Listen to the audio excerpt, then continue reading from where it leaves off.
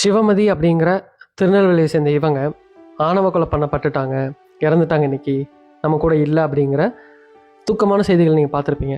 என்னைக்காச்சும் ஒரு நியூஸ் சேனலில் என் பையன் குடிச்சிருக்கா, அதனால் அவனை மனநல காப்பகத்தில் போய் சேர்த்துருக்கிறேன், என் பையன் தப்பு செஞ்சுருக்கா, அதனால் நான் அவனை போலீஸ் ஸ்டேஷன் விட்டுருக்கேன், என் பையன் ஹெல்மெட் போடாமல் போயிருக்கிறான், என் பிள்ளை ஹெல்மெட் போடாமல் போயிருக்கு, ஸோ நானே அவங்களுக்காக உரிய தண்டனை வாங்கி கொடுத்துருக்கேன், இதெல்லாம் பண்ணியிருக்காங்களா? இல்லை.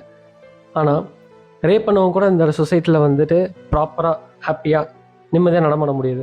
பஸ்ஸில் உரசிட்டு போகிறவங்க கூட வந்துட்டு ப்ரௌடாக நிமிர்ந்து நடக்க முடியுது. ஆனால் லவ்ங்கிற ஒரு விஷயம் பண்ணிட்டாங்க அப்படின்னா, லவ் பண்ணுறப்ப பயம், சரி நம்ம அப்பா அம்மா தானே புரிஞ்சுக்குவாங்கன்னு சொல்லிட்டு அவங்க கிட்ட வந்து கன்வே பண்ணால் இப்படி நடந்துருமோன்ற ஒரு பயம்.